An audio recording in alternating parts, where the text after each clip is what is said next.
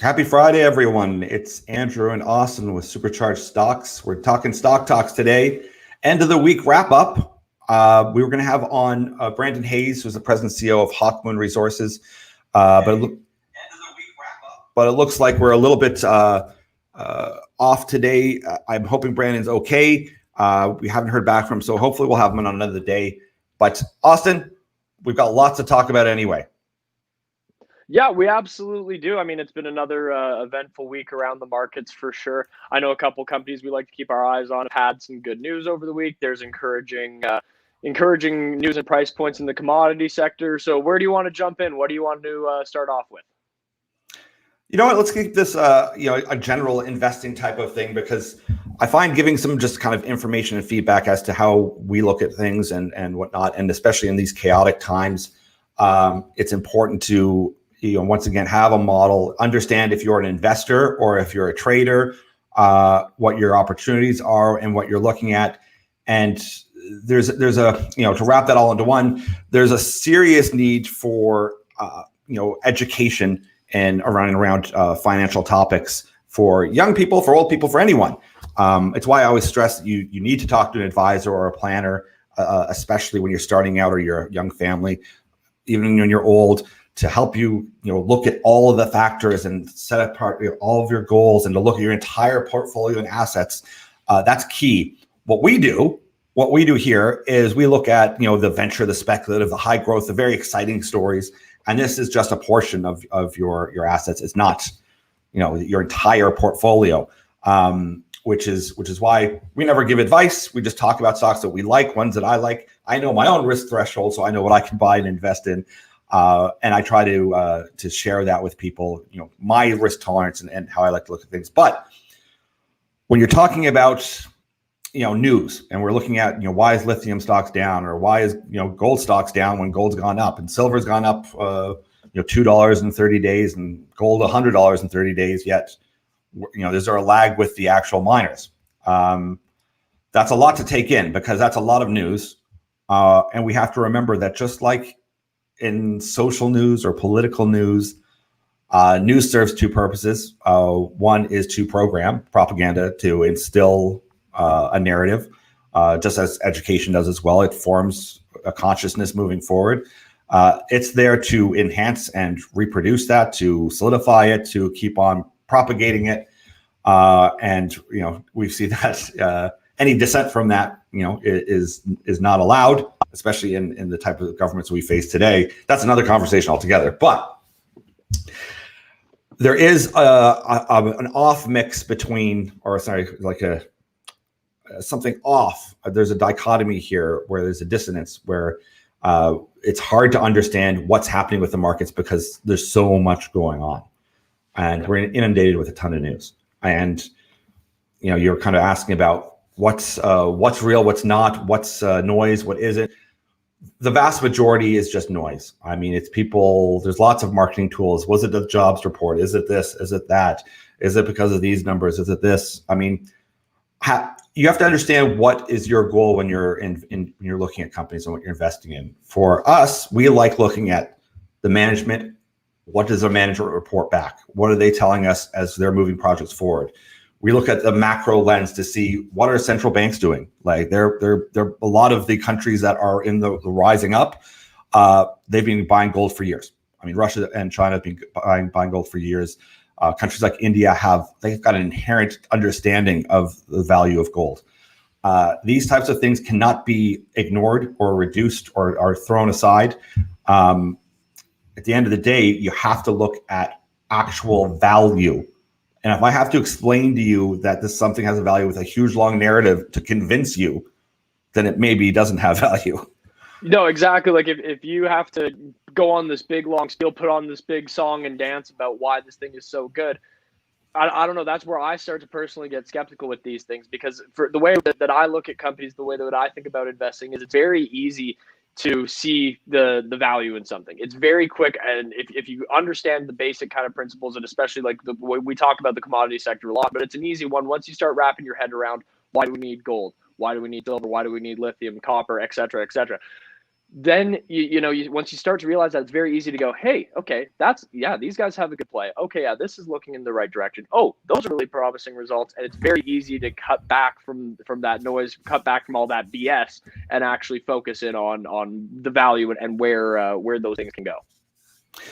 Yeah, and not to pick on the likes of CNBC, which is probably the most popular or BNN in Canada for we can pick on them. It's getting. No, no, but they're there.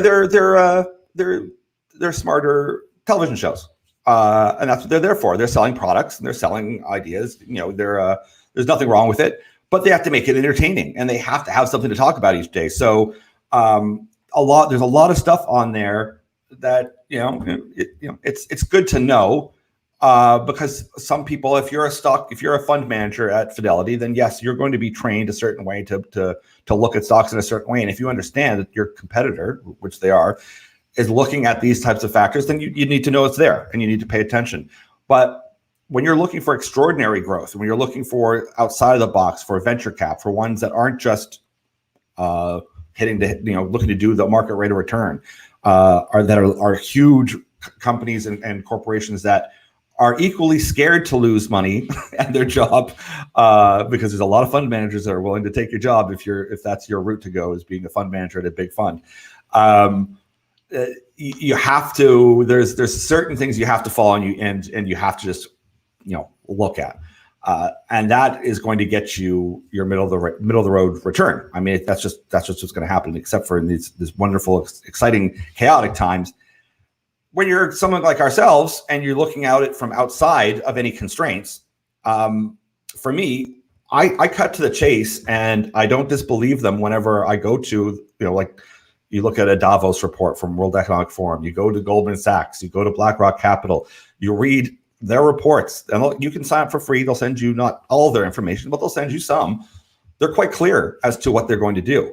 BlackRock alone has about $8 trillion. So these aren't small entities, and they're not kidding. They're not joking around. And whenever I mention to people some of these things, they'll say, "Oh, it's a conspiracy theory." I'll go, "No, that's literally on their homepage." They're active. Yeah, they actively do this all the time. They're not shy. They're not. Plan. Yeah, this is their business. They're telling you exactly what they're doing. It's not rocket science. But the problem is that, and this is no fault of people in general. There is an inherent laziness we get used to and accustomed to, having lived in a type of democracy for a long period of time, of just believing what people tell us. And that's the fault of democracy, that becomes an indulgence and laziness to stop inquiring and think. And now, whenever I have people that don't want to talk about data, don't want to talk about numbers, don't want to talk about science, is that the question I always get, which is the wrong response, is, why would they lie to me? Yeah, that's not a reasonable question to put forward to someone. Why would someone lie? I don't need to answer that. I don't know why would someone lie to you. I mean, that's a story. That's a narrative I have no understanding about. I can only look at what's in front of me. And if I'm looking at data and I'm looking at numbers, I'm looking at what this group here with all the money and power are saying, well, I'm going to believe them. I'm going to go follow and say, yeah, they're making a push to do this, this, this, and this. And it's funny because, and I'm going to pick on Goldman Sachs a little bit. You read this, they're rallying on a Holmes report and that record housing interest and this and that. This is during COVID. So this is during this massive plague that's happening. They're pushing this housing market, and then also matching that with, there's not enough work. There's not enough people that want to work. And it's like, this narrative has been punched out for so long. It's absolutely absurd if you actually look at it. And their response is, you need much more mass immigration. So you go, well, I can put this all together very quickly. None of that is actually true. If you wanted to increase the population of any population, that's also extremely easy to do. You incentivize it. You don't de-incentivize it. No. But you read these things, and when you have a critical eye and you understand that if you've got $8 trillion, these things that didn't happen overnight. They're about growth, and they'll get growth at any cost. And this is, the kind of precipice that we're at, that both sides to some degree, the far left and far right, are be warning about, and even the far left ones that are out burning the cities down, is they're not wrong. This like incessant drive for growth is going to be the downfall for everyone. Oh, absolutely. Yeah. As they plow forward, the absurdity is that those that are doing on the left doing it, they're cheering for it though, in a weird way. They're cheering the very companies that are doing the things that they don't want to have done, which is an irony that I find fascinating. Because it comes down to, like anything with any relationship, is people can say a lot of things, but what are they doing as well? And if they're doing this, and this, and over and over, but saying, "Oh no, I'm not doing that," well, that's your fault for believing them. And we're living in a very difficult time with so much information being thrown at you all of the time. And most of it's narrative. Most of it's an opinion. Most of the news articles. Everything's got spin to it, right? Like it's all, and I mean that boils down to even when you have corporate and government interests in basically every facet of popular media out there. That's what's going to happen. Is everything is going to be spun in a way to make you have an emotional reaction to it in some way, or have a business reaction to it in another way. But it's all spun. It's all targeted to what's the word I'm looking for? Targeted to create and produce those emotions within yourself to create then that response. Yes, because people don't respond, or very few. It's very analytical, engineering types, financial types respond to facts and figures. Most people have no interest. They won't understand basic stats, and that's not, I'm not picking on people. There's just not a lot of interest. But now that narrative also is those that look at facts or stats are hateful. So now the facts and stats are now hateful. And I'm going to propose this question moving forward to advisors and fund managers, whatnot, is how can you have an efficient market whenever your society and those in power are telling you that your stats, your data are unreliable, they're hateful, they're bigoted, it's awful, the science is this, and it's you can't listen to that. Well, then if that's the reflection of your people and the narrative being pushed, how could you possibly have that not reflected in a market in a strange and bizarre way? And we are sitting with a bunch of bubbles. I mean, a ton of bubbles that are happening. I mean, I've made the case, and I think a lot of people have as well. The 2008 was never resolved. It's being pushed forward. My other one was that COVID is simply the catalyst for change. If it wasn't that, it'd be something else, and perhaps it's the better of alternative solutions that they had. Because once again, if you look at numbers and stats and figures and facts and what we have so far, it's very clear. And I urge anyone to look at those. Dissenters of that don't want to look at numbers will look at articles. And I always kind of remind people that where are you getting your information and why are they telling you that? That's the most important thing for critical thinking. Is you read one textbook in history and you said, okay, it's true. Well, why would they lie to me? Well, if you're really interested, you should read about 7 or 8 books about it. And you should also the dissenters to see what their point of view is. No, you always have to listen to the other side and what people are feeding from both angles. Like that's why I find it, even I'm kind of bringing it back to our scope. It's always important, I think, to listen to people who are opposed to commodities, people who say, well, why are you buying gold? Why are you buying silver? It's always important to listen to what that side of the argument is too, because otherwise we're creating a bubble that could potentially be equally as harmful. I don't think it is. I think we're on 100% the right track, but I think, it's the same as the Bitcoin argument. Obviously we're guys who have said Bitcoin and Ethereum, great tools, great potential path forward. We've also kind of crapped all over Dogecoin. It happens, but so it's important to be critical and analytical in everything that you're looking at, and taking multiple viewpoints and always questioning yourself and always questioning what you're being told as well, because you can't just blindly follow. You can, if you want, blindly follow these narratives, but yes, I think you're going to be a lot more successful, probably a lot happier if you are critically thinking and trying to figure out these things for yourself. Yeah, because it's a good exercise as well. There's more at stake. You're learning something at the same time. And the thing I love about the crypto, I'll say just crypto in general, and commodities thing is that they are hand in hand, very similar as much as they are dissimilar. And the narrative to that is that, you know, the Bitcoin is this, it's for the people, it's outside. That is further from the truth. It is so embedded and tracked. It is a critical part. You're going to be able to start buying it through your bank next month, I believe. Yeah, it's the key component to further track everything that you do. It's a perfect government tool, an analytical tool moving forward. This whole ledger system. It is. There's nothing more embedded in an authoritarian system than a cryptocurrency. Now that's the negative, because it's kind of pitched as being outside the system. It's not. It's entirely the system, and it's going to be the system moving forward. There's no doubt. I mean, fintech is here. The problem, the downside, and the center would say, well, what happens when you have a social credit score like you have in China, which is coming, and you're a dissenter? Well, we already know what social media does. If you are one of the thousands of medical professionals that dissent and ask to have data about coronavirus, you're deplatformed, you're removed, you're attacked immediately. So what will then happen? You know, if you're a conservative on any of these planets, you're removed from all of these social media platforms, deplatformed, demonetized. You can't share your thoughts and opinions. What will they be next is, now we also, because it's a cryptocurrency, we stop all payments. You can't receive any funding. There is no paper money. There won't be. What does that look like? How do you feed your family? How do you eat? How do you work? You're completely and utterly controlled, and you're inside the system.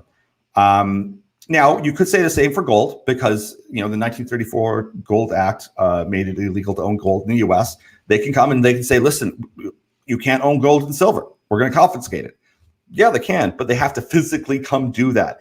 And that is a lot more eye-opening than just simply in the middle of the night deplatforming someone. Hey, all the mean people are gone.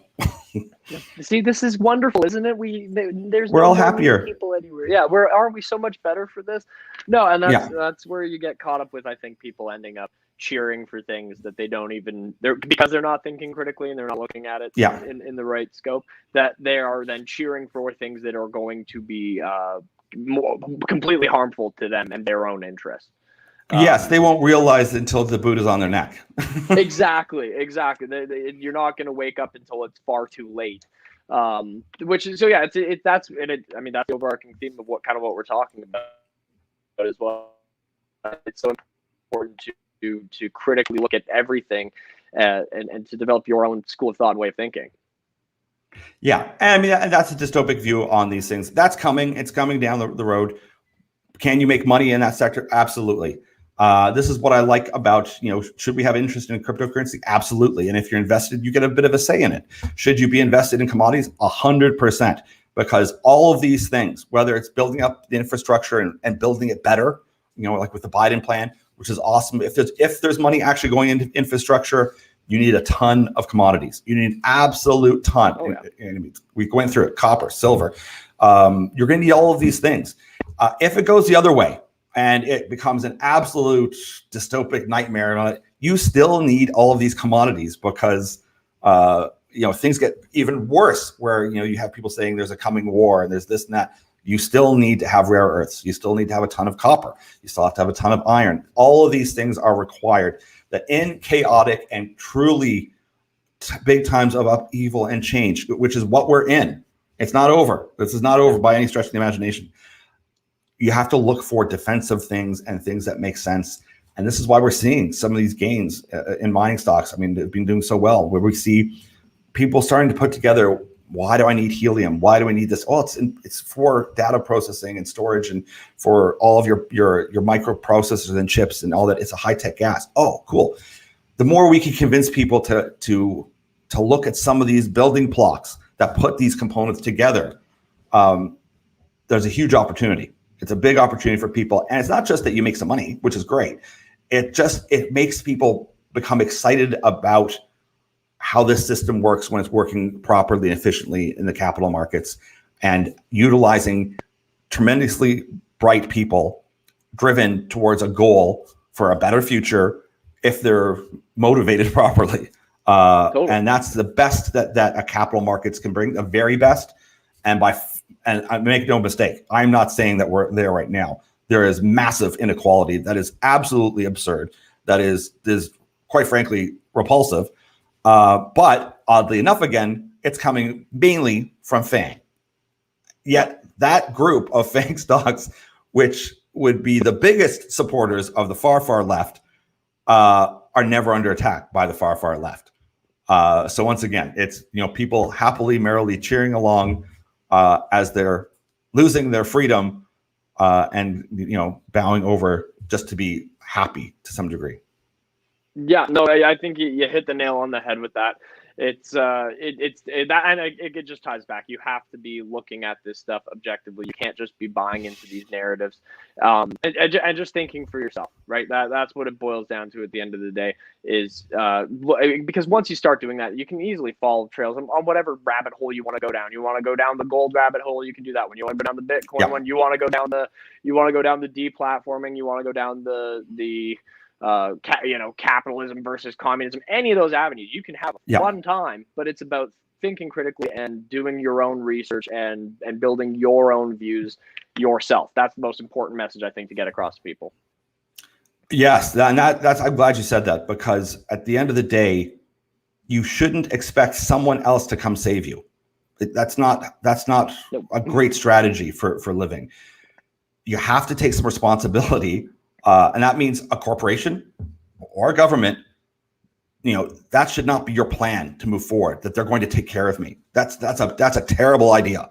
I would never want to live under that assumption that someone's going to take care. That's not great. That doesn't mean we shouldn't have it. Of course we should. We should take care of our neighbors. We should take care of people. But to the extent of, if that's your model moving forward, that they're going to take care of me, I'll acquiesce all of my responsibilities, then you deserve what you get. It should be more of a pushback to say, listen, I'm responsible for me and my friends and my family. I should be able to take care of that. There are solutions for it. And you can get on that solution right now, because yes, there's lots of change. And really, whatever that is, you can have your own podcast talking about climate change. You can be doing this. There's a million things you could do to really take action and get motivated.